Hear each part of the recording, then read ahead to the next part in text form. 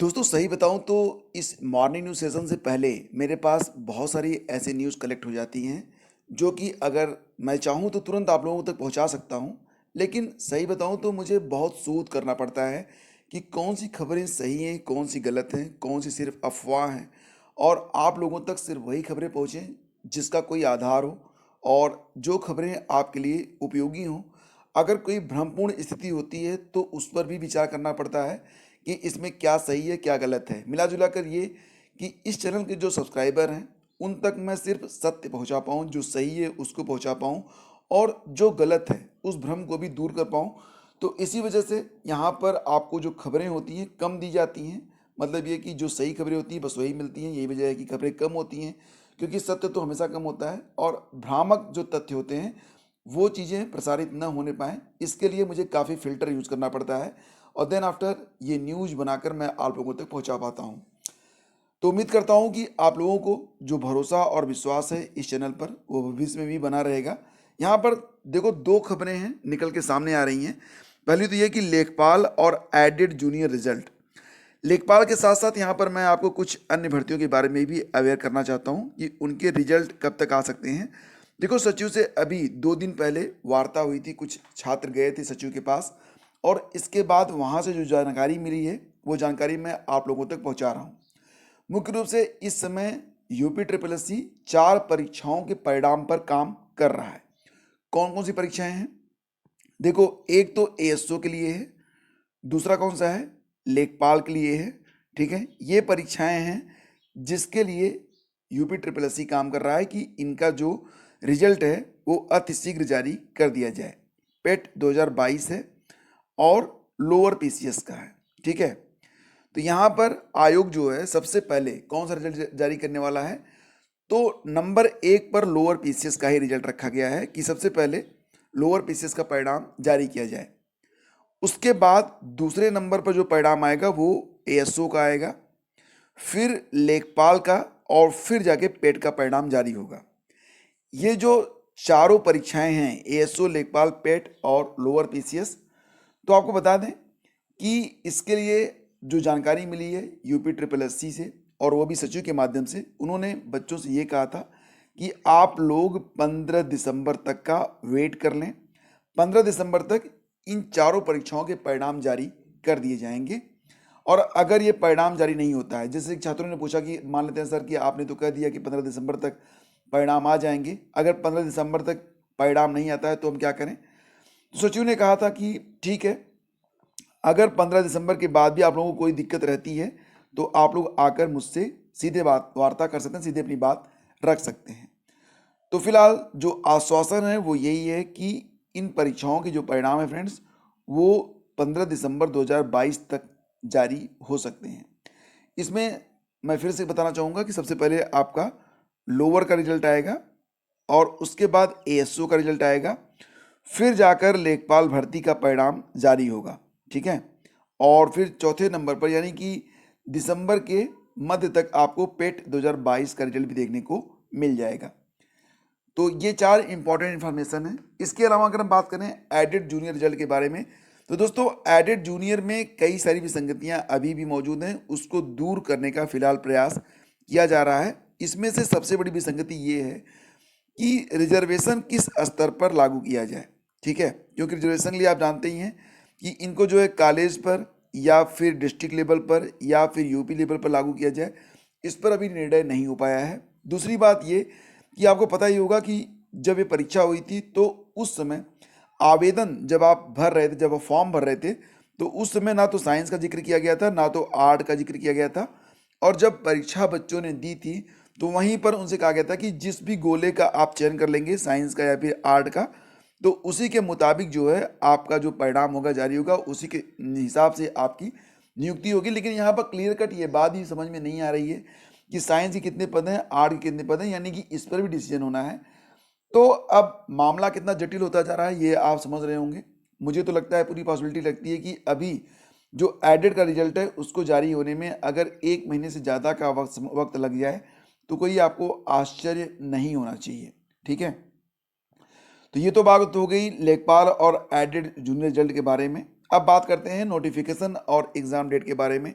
खासतौर से अभ्यर्थी 3 भर्तियों के बारे में बहुत ही उत्सुक हैं और व्यग्रता से इंतजार कर रहे हैं कि इसका विज्ञापन कब तक जारी कर दिया जाएगा। तो एलटी ग्रेड खंड शिक्षा अधिकारी और वीडियो की पुनः परीक्षा कब तक होगी, इसके बारे में अभ्यर्थी जो हैं बहुत ही बेसब्री से इंतजार कर रहे हैं। यहाँ पर आयोग का जो रवैया है बहुत ही ढुलमुल है। अभी तक ये बात क्लियर नहीं हो पाई है। लगभग 4 महीने बीत चुके हैं बीईओ के बारे में जो जानकारी मिल रही है। तो यहाँ पर अभी तक यूपीपीएससी ने क्लियर नहीं किया है कि बीईओ का नोटिफिकेशन यूपीपीएससी कब जारी करेगा। हालांकि सोशल मीडिया पर तो इस पर तमाम जानकारियाँ उपलब्ध हो रही हैं और साइड से कई सारी न्यूज़ भी निकल के आ रही हैं।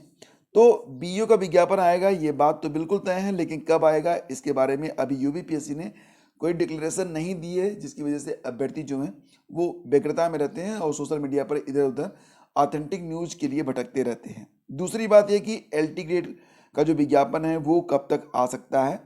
तो दोस्तों यहाँ पर आपको बताना चाहेंगे कि बीईओ और एलटी ग्रेड दोनों का जो विज्ञापन होगा, देखो एग्जैक्टली देखो सूचनाएं जो होती हैं वो सापेक्ष होती हैं, बदलती रहती हैं। कुछ लोग कहेंगे सर आपने परसों तो कुछ और कहा था, आज आप कुछ और कह रहे हैं। तो देखो यहाँ पर मैं कोई ऑथेंटिक मतलब बड़ा अधिकारी नहीं हूँ कि मैं यूपीपीएससी का अध्यक्ष हूँ या फिर वहाँ पर मैं गोपनीय विभाग में काम करता हूँ। ऐसा कुछ नहीं है। जो सूचनाएं निकल कर सामने आती हैं वो सूचनाएं मैं आप लोगों तक पहुँचा देता हूँ। फिलहाल अभी तक जो जानकारी मिल रही है वो यही है कि यूपीपीएससी अपना जो नया नोटिफिकेशन है खासतौर से जो एलटी ग्रेड का है और खंड शिक्षा अधिकारी का, इस पर काम कर रहा है। और ये जो विज्ञापन है ये जारी होंगे, कब तक जारी होंगे, तो इसकी भी न्यूज आ रही है कि 15 दिसंबर से पहले ही ये विज्ञापन जारी कर दिए जाएंगे।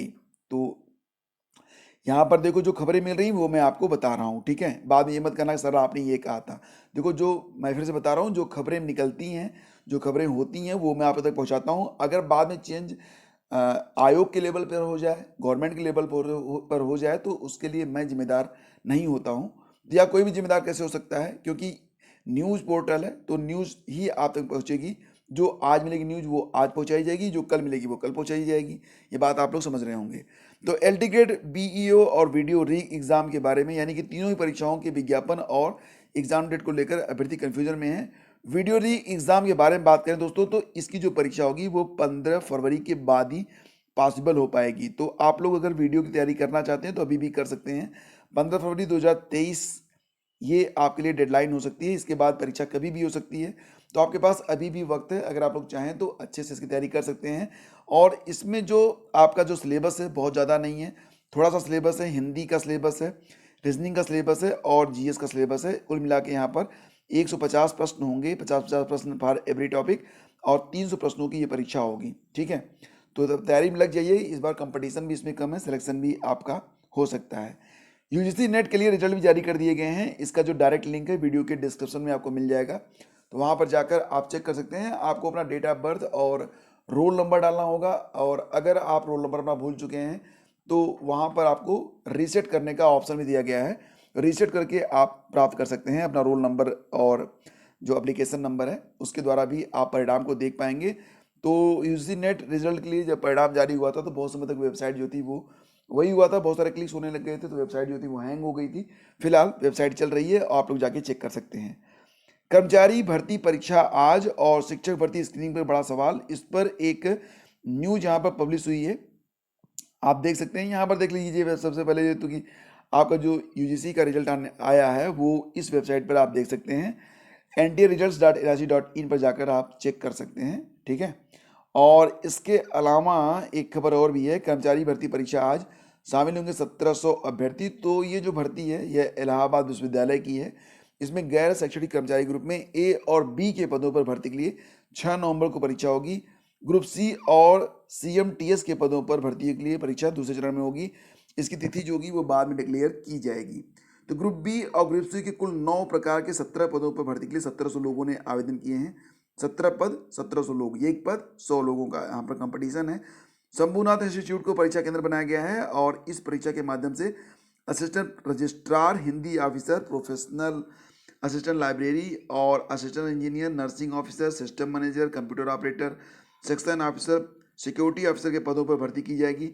जिन अभ्यर्थियों ने एक पद के लिए आवेदन किया है उनकी परीक्षा अपराह्न 12 बजे से 2 बजे तक, जिन लोगों ने 2 पदों के लिए आवेदन किया है तो उनकी परीक्षा जो होगी वो 12 से 2:30 बजे के बीच में करवाई जाएगी। और इलाहाबाद विश्वविद्यालय के गांधी एवं शांति अध्ययन संस्थान में असिस्टेंट प्रोफेसर भर्ती के लिए 6 नवंबर को इंटरव्यू भी होगा, यानी कि आज ही इसका इंटरव्यू भी होने जा रहा है। तो इंटरव्यू से पहले हुई आवेदनों की स्क्रीनिंग परीक्षा को लेकर अभ्यर्थियों ने धांधली का आरोप लगाया है। अभ्यर्थी डॉक्टर अंकित पाठक का आरोप है कि इंटरव्यू में ऐसे अभ्यर्थियों को शामिल किया जा रहा है जिनका गांधी और शांति अध्ययन का कोई शोध कार्य नहीं है। तो एक बड़ा सवाल उठाया जा रहा है इस भर्ती पर। और इसी के साथ आज एक बड़ी अपडेट भी है। आप लोग करंट अफेयर अगर देखना चाहते हैं तो करंट अफेयर का लिंक वीडियो के डिस्क्रिप्शन में है। करंट अफेयर अब आपको जो है उपलब्ध होते हैं स्टडी विद ज्ञान प्रकाश 2.0 चैनल पर, जिसका लिंक वीडियो के डिस्क्रिप्शन में है, वहाँ पर जाकर चेक कर सकते हैं आप। तो यहाँ पर देखो एक बड़ी न्यूज़ है जिसके बारे में आपको पता होना चाहिए, अभी पता होना चाहिए, और वो ये है कि राष्ट्रगान और राष्ट्रगीत का दर्जा समान। ये केंद्र सरकार ने दिल्ली हाईकोर्ट में बताया है कि राष्ट्रगान और राष्ट्रगीत एक ही पायदान पर हैं। नागरिकों को जनगण मन और वंदे मातरम को बराबर सम्मान देना चाहिए। केंद्रीय गृह मंत्रालय ने जनहित याचिका के जवाब में दाखिल हलफनामे में कहा कि राष्ट्रगान की तरह वंदे मातरम को गाने या बजाने के बारे में कोई दंडात्मक प्रावधान या आधिकारिक निर्देश नहीं है। फिर भी यह गीत भारतीयों की भावनाओं और मानस में एक अद्वितीय स्थान रखता है। केंद्र सरकार ने कहा कि हाई कोर्ट व सुप्रीम कोर्ट की ओर से इस गीत को लेकर दिए गए सभी निर्देशों का पालन किया जा रहा है। तो दोस्तों ये थी आज की पूरी अपडेट। करंट अफेयर के लिए जो चैनल है उसका लिंक वीडियो के डिस्क्रिप्शन में है, एक बार क्लिक करके उसको सब्सक्राइब कर लीजिए। और करंट अफेयर का जो साप्ताहिक वर्जन है वो आपको इसी चैनल पर, बाकी जानकारी आपको यहीं पर मिलती रहेगी। सिर्फ करंट अफेयर के लिए आपको एक चैनल अलग से बना दिया गया है। क्यों? क्योंकि करंट अफेयर को वॉच करने वाले इस चैनल पर बहुत कम है, 1000 लोग भी उसको वॉच नहीं करते हैं, इसलिए उसके लिए एक अलग से चैनल बना दिया गया है। तो जो लोग जुड़ना चाहते हैं करंट अफेयर सिर्फ देखने के लिए, वो लोग स्टडी विद ज्ञान प्रकाश 2.0 को सब्सक्राइब कर सकते हैं। तो फ्रेंड्स आज के इस सेशन में बस इतना ही। आप सभी का दिन मंगलमय हो और सफलता के लिए निरंतर प्रयास करते रहें। जिंदगी जीने के बस 2 तरीके होते हैं, जैसा चल रहा है वैसा चलने दें, या फिर जिम्मेदारी उठाएं और बदलने के लिए जी तोड़ प्रयास करें। तो फैसला आपका। Thank you so much. Have a great day. जय हिंद।